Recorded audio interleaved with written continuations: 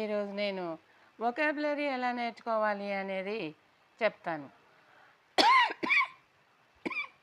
మనం ఏ భాషనైనా బాగా మాట్లాడాలి, ఇతరులకు ఉపయోగపడేటట్టు, మనకు ఉపయోగపడేటట్టు వాడుకోవాలి అంటే బాగా పదజాలం రావాలి, మంచిగా వొకాబులరీ రావాలి.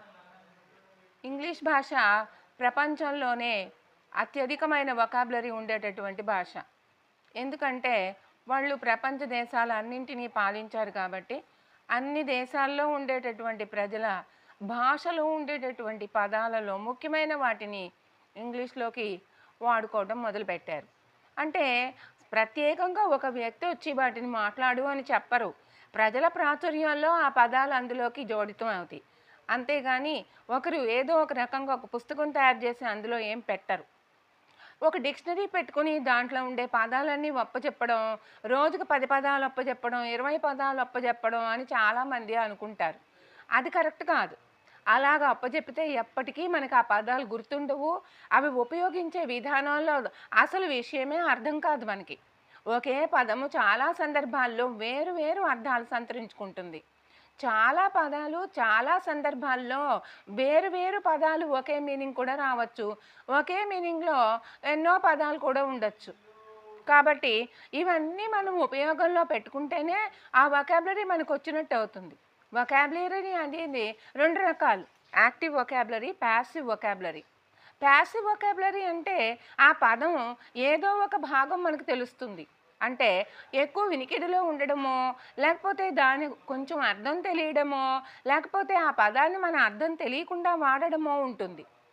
ఎక్కువగా భారతదేశంలో ఈ కామన్వెల్త్ కంట్రీస్ అంటే ఒకప్పుడు బ్రిటిష్ వాళ్ళ హయాంలో ఉండి వాళ్ళ రూలింగ్లో ఉండి తర్వాత స్వతంత్రం పొందిన దేశాలను కామన్వెల్త్ కంట్రీస్ అంటారు. ఈ కామన్వెల్త్ కంట్రీస్ అన్నింటిలోనూ ఇంగ్లీష్ అనేది ఒక ప్యాసివ్ లాంగ్వేజ్గా సమాజంలో కనపడుతూనే ఉంటుంది. అంటే నేమ్ బోర్డులు కానీ, లేకపోతే ప్రజలు మాట్లాడుతున్నటువంటి ఉపయోగించేటటువంటి పదాలు కానీ అట్లా అట్లా మన చెవిని పడుతూ ఉంటాయి, మనకు అలవాటైపోతూ ఉంటాయి. కాబట్టి దీనికి ప్రత్యేకంగా చదువు రానవసరం లేదు. అవి వింటూ ఉంటే వచ్చేస్తూ ఉంటాయి. కానీ ఈ పదాలను సరైన సందర్భంలో సరిగా ఉపయోగించడం రాదు. తెలుగులో పదాలను పెట్టి వాడతారు. అలా తెలుగులో పదాలను పెట్టి వాడితే అది ఇంగ్లీష్ అవ్వదు. లేకపోతే కొంతమంది వీరంగా 1-2 సెంటెన్సెస్ ఇంగ్లీష్ మాట్లాడి తర్వాత తెలుగులోకి వాళ్ళ మాతృభాషలోకి మారిపోతారు. అదేమంటే ఎదుటి వాళ్ళకి అర్థం కాదు అంటారు. ఎదుటి వాళ్ళకి అర్థం కావాలి అనుకుంటే మొదటి మాత్రం 2 సెంటెన్సెస్ ఎందుకు ఇంగ్లీష్ మాట్లాడాలి? అన్నీ తెలుగే మాట్లాడుకోవచ్చు. ఏ భాష అయినా మనకు ఉద్దేశం ప్రకారము దాన్ని ఉపయోగించే పద్ధతిలో ఉపయోగించి ప్రయోజనం పొందడమే ఆ భాష ఉద్దేశం. అది పొందగలిగితే చాలు. అంతేకాని ఇంగ్లీష్ అయినంత మాత్రాన గొప్పేమి లేదు, తెలుగు అయినంత మాత్రాన తక్కువేమి లేదు. ఏ భాష అయినా సరే మనము వాడడం నేర్చుకోవాలి. ఇతరుల మనసుని మెప్పించగలగాలి. వాళ్ళ దగ్గర నుంచి ఏదో ఒక ప్రయోజనాన్ని పొందగలగాలి మన మాటల ద్వారా. అప్పుడే ఆ భాషకు విలువ ఉంటుంది. కాబట్టి ఇంగ్లీష్లో మాట్లాడితే భాష మనకి ఉద్యోగం వస్తుందనేటటువంటి మోజుతోటి ఇంగ్లీష్లో మాట్లాడితే ధనవంతులు అన్నట్టుగా ఫీల్ అయిపోతున్నారు. కానీ ఇంగ్లీష్లో మాట్లాడినంత మాత్రాన ధనవంతులు ఎవ్వరూ అవ్వరు. ఇంగ్లీష్ టీచర్లు అందరూ 1000కి, 2000కి, 10,000కి, 20,000కి ఎట్లా ఉద్యోగం చేస్తున్నారు?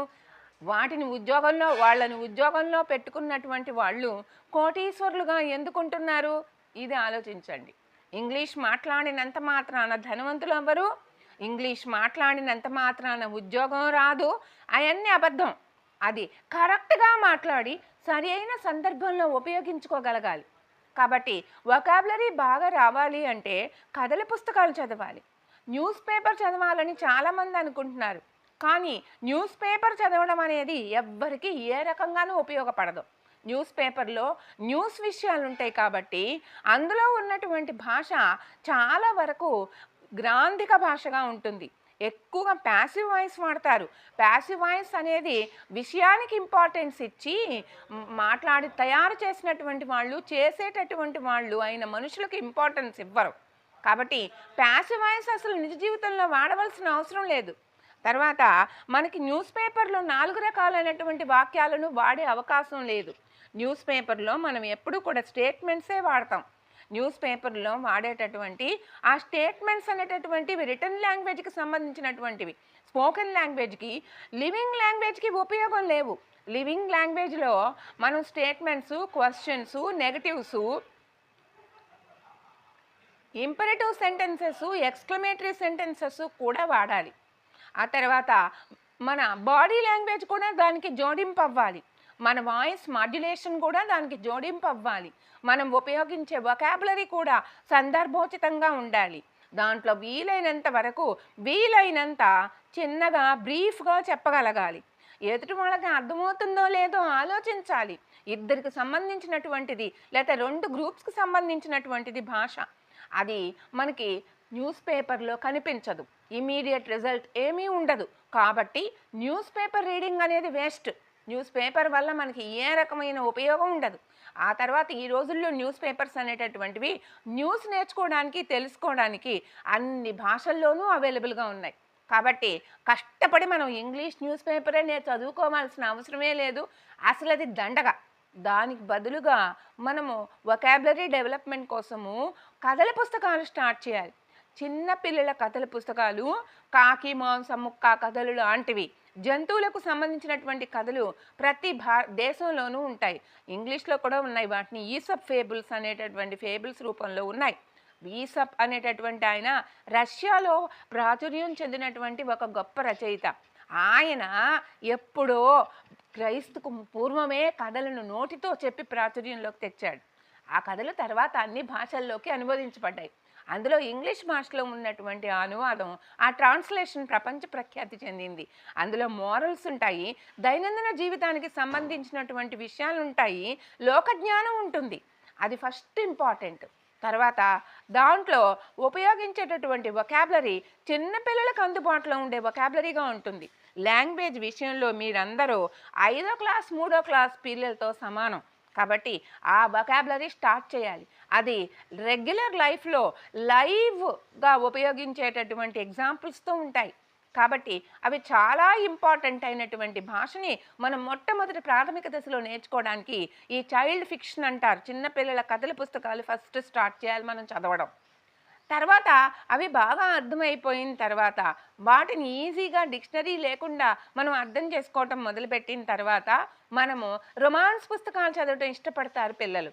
కాబట్టి ప్రేమ కథలు లేకపోతే ఏదైనా అడ్వెంచర్ స్టోరీస్ని మగపిల్లలు ఇష్టపడతారు. అటువంటి వాటి మీద కాన్సన్ట్రేట్ చేసి అటువంటి కథల పుస్తకాలు చదవడానికి ప్రయత్నించాలి. చదవడం అనేది వొకాబులరీ రావడానికి ఉపయోగపడుతుంది. వినడం అనేది జరగదు.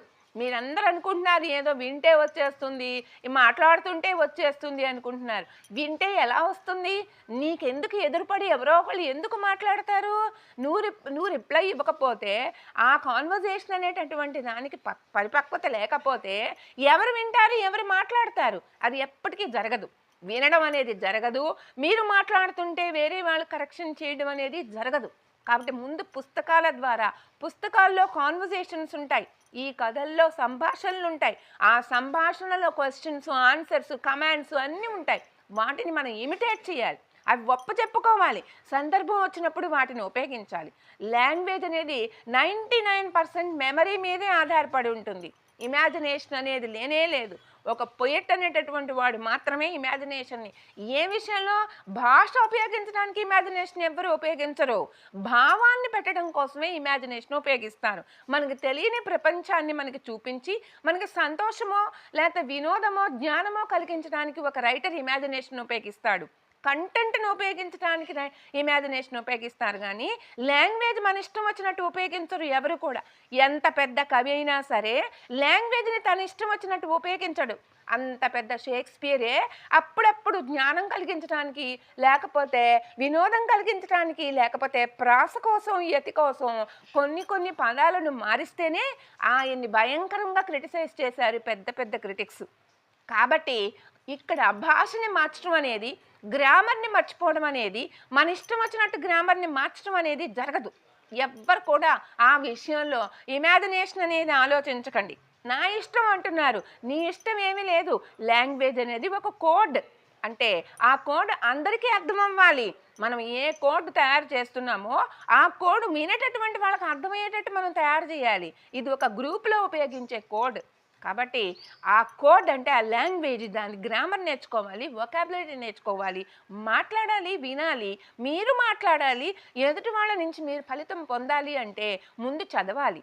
అది చాలా ఇంపార్టెంట్. వొకాబులరీ రావాలి అంటే కొన్ని రూట్ వర్డ్స్, కొన్ని ప్రిఫిక్సెస్, కొన్ని సఫిక్సెస్ వెబ్‌సైట్స్‌లో చూసి నేర్చుకోండి.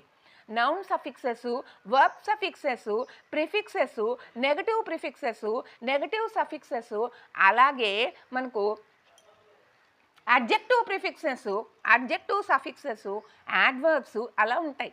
ముందు గ్రామర్ నేర్చుకుని ఆ బేస్ మీద వొకాబులరీ నేర్చుకోవాలి. వొకాబులరీ బాగా నేర్చుకోవాలి అనుకుంటే నార్మన్ లెవిస్ అనే ఆయన వర్డ్ పవర్ మేడ్ ఈజీ అనేటటువంటి పుస్తకం రాశాడు. అది ప్రపంచ దేశాలన్నింట్లోనూ స్టూడెంట్స్కి ప్రిస్క్రైబ్ చేసినటువంటి బుక్. కాంపిటేటివ్ ఎగ్జామ్స్కి వెళ్ళే వాళ్ళకి, భాషని బాగా ఉపయోగించాలనుకునేటటువంటి వాళ్ళకి ఆ పుస్తకం చాలా ఉపయోగం. అది చాలా బాగా కథ రూపంలో, అంటే లాంగ్వేజ్ ఎక్సర్సైజెసే ఏ పదాన్ని ఎలా ఉపయోగించాలి అని చాలా అందంగా, నేరేటివ్గా, ఇంట్రెస్టింగ్గా ఇచ్చారు. కింద వెంటనే దాంట్లో క్వశ్చన్స్ కూడా ఉంటాయి, వాటికి ఆన్సర్స్ కూడా ఉంటాయి. ఆ విధంగా మీరు ప్రాక్టీస్ చేసి డెవలప్ చేసుకోవచ్చు. అది 1000 పేజెస్ పుస్తకం. కానీ స్టూడెంట్ ఎడిషన్గా దాన్ని 100 రూపాయలకే అమ్ముతున్నారు. ఈ మధ్యకాలంలో 150 అట్లా ఉండుండొచ్చు. అది లైట్ వెయిట్ పేపర్. అది చాలా ఈజీగా క్యారీ చేయొచ్చు. 1000 పేజెస్ అయినా సరే ఈజీగా లైట్ వెయిట్ పేపర్ అవడం వల్ల క్యారీ చేయొచ్చు. స్టూడెంట్ ఎడిషన్గా కామన్వెల్త్ కంట్రీస్లో ఇది చాలా చౌకగా అమ్ముతున్నారు. వీటిని, ఇలాంటి పుస్తకాలను కొనుక్కుని రోజు కొన్ని పేజీలు, కొన్ని ఎక్సర్సైజెస్ చొప్పున చేస్తూ ఉంటే చాలా ఈజీగా భాష వచ్చేస్తుంది.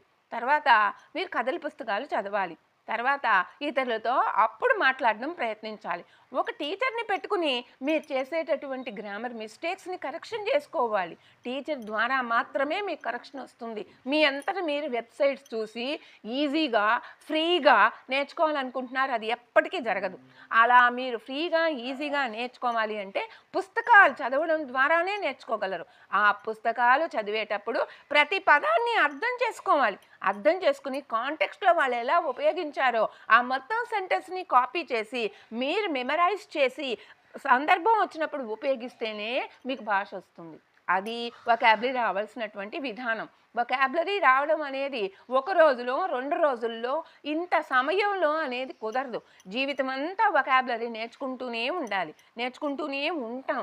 ఒక్కొక్క సందర్భంలో కొన్ని పదాలు కొత్తగా మనకి ఉపయోగంలోకి రావచ్చు, లేకపోతే ఇతరులు ఉపయోగించినవి మనకు నచ్చచ్చు, లేకపోతే మనం ఏదైనా చదివినటువంటివి నచ్చచ్చు. వెంటనే వాటిని ఒక పుస్తకం పెట్టుకుని ఆ పదాన్ని పదంగా కాకుండా సెంటెన్స్గా, అక్కడ ఎలా సెంటెన్స్గా ఉపయోగించారో సెంటెన్స్ని, ఆ సెంటెన్స్ని అక్కడ ఉపయోగించి ఆ తర్వాత దాన్ని టెన్సెస్ ప్రకారము మార్చి వేరు సందర్భాల్లో ఎలా ఉపయోగించవచ్చు, క్వశ్చన్స్గా మార్చి ఎలా ఉపయోగించవచ్చు, నెగటివ్స్గా మార్చి ఎలా ఉపయోగించవచ్చు అని మనం ఊహించుకోవాలి, అని మనం తయారు చేసుకోవాలి. అవి మెమరైజ్ చేయాలి. అప్పుడే మనకు వొకాబులరీ వస్తుంది.